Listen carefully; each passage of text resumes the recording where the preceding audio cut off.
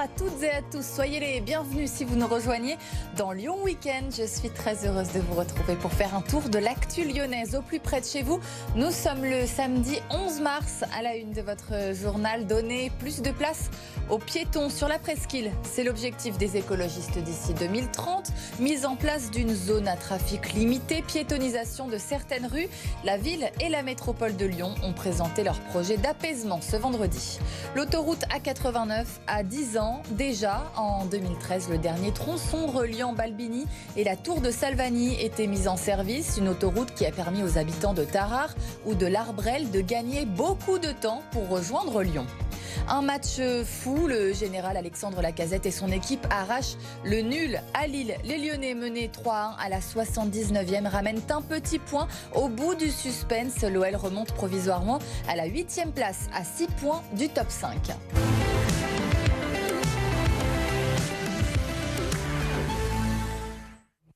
Priorité aux piétons sur la presqu'île avec toujours moins de voitures d'ici 2030. Le projet d'apaisement des terreaux à Bellecour a été présenté ce vendredi par la ville de Lyon et la métropole. Piétonisation, végétalisation et réorganisation des transports en commun. On fait le point avec Arthur Blé et Pauline Tuguen. Les bus, rue de la République, une image bientôt du passé. D'ici septembre 2025, la rue entre les Cordeliers et l'hôtel de ville sera totalement piétonnisée et l'ensemble de la presqu'île, de la place Bellecour au terreau, deviendra une zone à trafic limité. C'est une zone sur laquelle uniquement un certain nombre d'ayants droit pourront circuler en voiture. Ces ayants droit, ce sont les habitants, les riverains, ce sont les professionnels qui travaillent sur la presqu'île et un certain nombre de professionnels qui viennent plus ponctuellement y travailler. Ça peut être un professionnel du soin, par exemple, ou bien évidemment tous ceux qui sont dans la livraison, dans la logistique urbaine. Dans ce projet, c'est la rue de Grenette qui accueillera en double sens une voie de bus. Les grands perdants, ce sont donc les automobilistes. Pour traverser la presqu'île, ils n'auront plus que le tunnel de la Croix-Rousse, la place Bellecour ou la gare de Perrache. Un choix assumé de la part des élus écologistes. Il y a encore beaucoup trop de voitures dans l'hypercentre. Donc notre volonté, c'est effectivement d'enlever ce trafic de transit qui n'a rien à faire dans l'hypercentre pour limiter les nuisances liées à ce trafic de transit, à la fois le bruit, le danger pour les piétons, voilà, l'ensemble des nuisances, également la pollution. Le projet Presqu'île à vivre, estimé à environ 25 millions d'euros, sera voté à partir de la fin du mois au Conseil métropolitain. Dans l'actualité également, nouvelle manifestation contre la réforme des retraites ce samedi à Lyon. Après une forte mobilisation mardi, les syndicats appellent de nouveau à descendre dans la rue. Contrairement aux précédentes manifestations, le rendez-vous est cette fois donné place Jean Massé à 14h pour rejoindre les Brotteaux. Pour rappel, le cortège lyonnais a réuni entre 25 et 50 000 manifestants ce mardi. Autre mobilisation ce samedi après-midi à Lyon, celle des soignants non vaccinés et toujours interdits de pratique. Ils ont prévu de se retrouver à 13h30 place Bellecour pour demander leur réintégration. Manifestation nationale à Lyon. Plusieurs collectifs de toute la France appellent les soignants suspendus à rejoindre la place Bellecour cet après-midi. Ils demandent la suppression de cette loi du 5 août 2021 qui les interdit d'exercer leur profession s'ils ne sont pas vaccinés contre le Covid-19. Allez, on quitte les rues de Lyon pour rejoindre l'autoroute. L'A89 a ouvert il y a 10 ans déjà. Le dernier tronçon reliant Balbini à la tour de Salvani a été mis en service en 2013. Et pour les habitants de certaines villes du Rhône, comme Tarare ou l'Arbrel, cette autoroute leur a permis de rejoindre Lyon beaucoup plus rapidement. Noémie Loisel et Pauline Tuguen. Fini la nationale. Depuis 10 ans, c'est l'autoroute.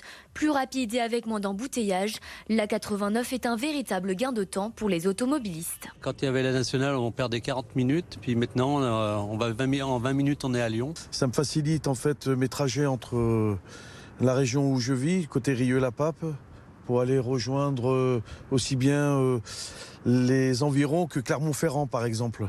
Désormais, les camions ne passent plus par la nationale ni par la ville de Tarare, mais bien par l'autoroute. Une déviation qui soulage les riverains.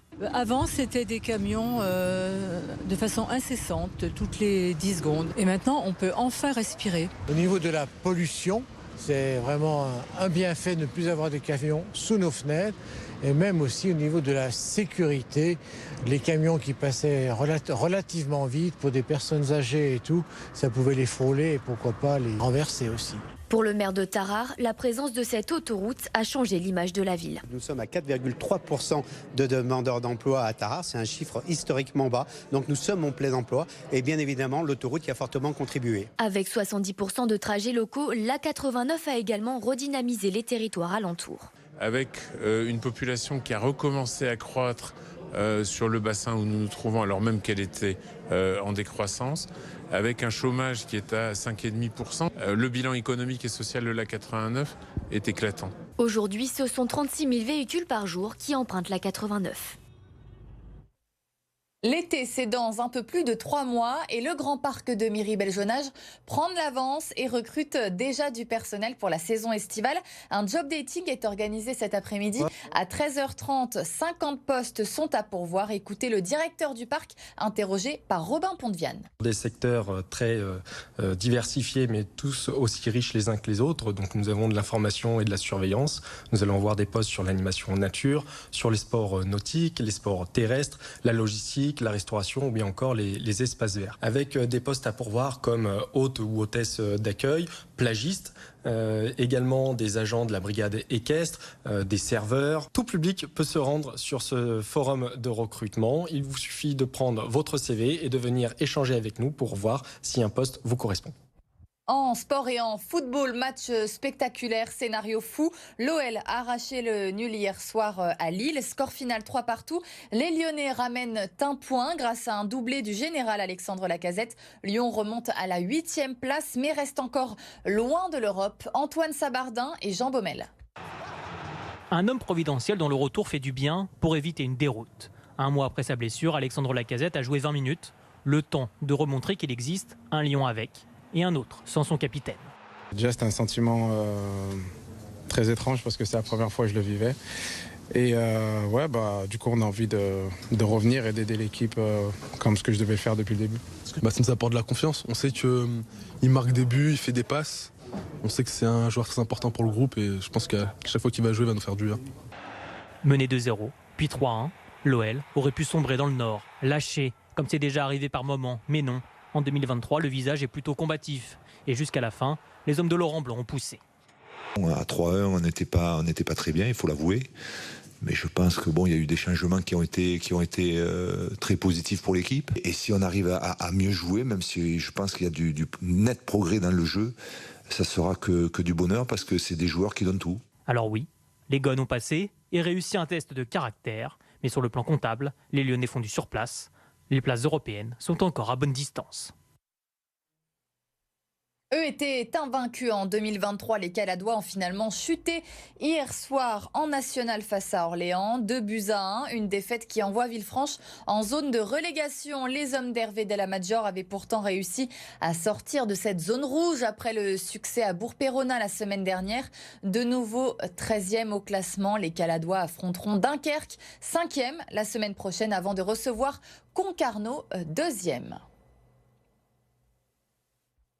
Les filles de l'OL se déplaçaient à Fleury, 4e hier soir, victoire des Lyonnaises 2-1. Un choc que l'OL féminin ne devait pas manquer pour conserver sa place de leader. Clément Lanuc. L'OL féminin se donne de l'air au sommet de la D1.